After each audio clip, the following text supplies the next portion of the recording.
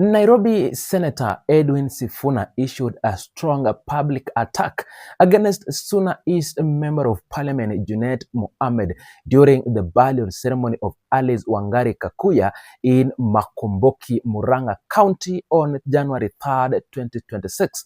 His remarks delivered before mourners and several political figures focused on claims related to the Azimio 2022 campaigns and the role he believed JUNET played in financial and organizational dispute within the coalition.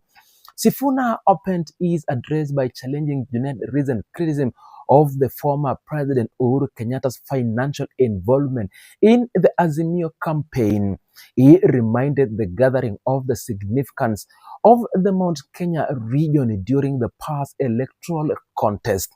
According to him, the region played an essential role when Raila Odinga secured more than 1 million votes in the previous election, a significant development linked directly to the cooperation extended by Uhuru Kenyatta. The Nairobi Senator revisited earlier moments when he had publicly acknowledged Uhuru's political support. He explained that he had expressed gratitude to the former president because, in his view, Uhuru had contributed significantly to the campaign efforts. Sifuna recounted that the Mount Kenya region had urged them to accept that support, and he repeated that Uhuru Kenyatta helped them at a critical time during their political mobilization. As he continued addressing mourners, Sifuna emphasized what he termed as Uhuru's direct contribution to the opposition's effort. He described the former president's involvement in the practical and material terms, asserting that a substantial portion of the campaign resources used by the Azimio coalition originate from Uhuru Kenyatta. He stated that he was aware of this because of his position as the party secretary general, giving him visibility into the movement of funds during the campaign. Sifuna then turned his attention squarely to JUNET Mohammed, redirecting his speech from the general reflection on campaign cooperation to direct accusation. A question why JUNET had recently begun criticizing funds associated with Uhuru and demanded clarity on when JUNET started viewing Uhuru's financial involvement negatively. By posing this question, Sifuna made it clear his intention to challenge JUNET's public statement head-on. The Nairobi senator's remarks escalated as he accused JUNET of mishandling campaign money during the 2022 election period. He alleged that JUNET had taken money provided for campaign activities but failed to channel all of it to the party. He extended the accusation by claiming that part of those funds was used privately by JUNET instead of being delivered to the intended party operation. His comment drew attention from mourners as he outlined the accusation during the funeral service. JUNET Sifuna argued that a full audit of the 2022 campaign finances should be conducted.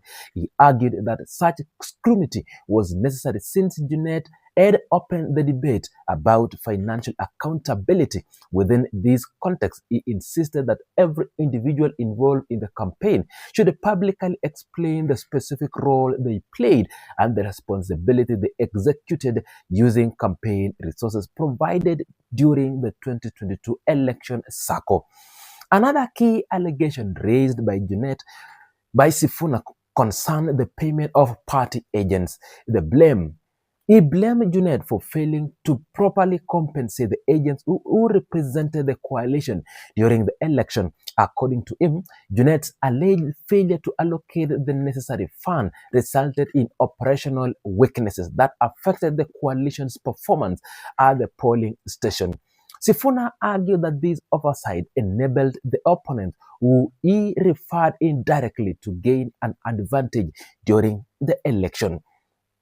Sifuna linked the issue of unpaid agents to the broader outcome of the 2022 election. He claimed that if JUNET had properly used the funds to pay the agents, the Azimio coalition would not have faced defeat. He stated that the lack of payment contributed to electoral vulnerabilities, and instead that mismanagement of these resources influenced the final result. He further claimed that without JUNET's action, the coalition would have formed the government. During his remarks, Sifuna also addressed the ongoing speculation regarding the 2027 election. He focused particularly on claims circulating about Raila Odinga's position. He said that Raila had never instructed ODM members to support President Ruto in 2027. Sifuna dismissed such claims by insisting no such directive had been given or issued by ODM leader. He presented this correction as part of the broader political clarification he wanted the audience to understand. The senator then shared a personal message that he attributes directly to Raila Odinga. He stated that the ODM leader had privately told him that in 2027 he should focus on returning home, using the phrase "Kasongo must go," as he recounts what Raila allegedly communicated to him. This marked added a personal dimension to his address, while continuing the theme of clarifying public narrative surrounding Raila's Odinga political position.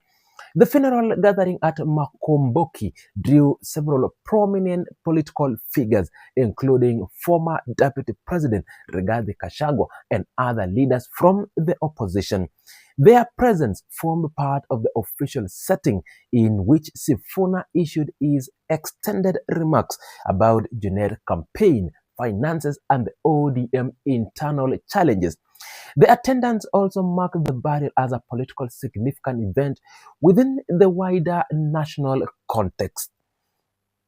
The confrontation between Sifuna and JUNET as presented during the burial unfolded against this backdrop of public mourning and the political participation.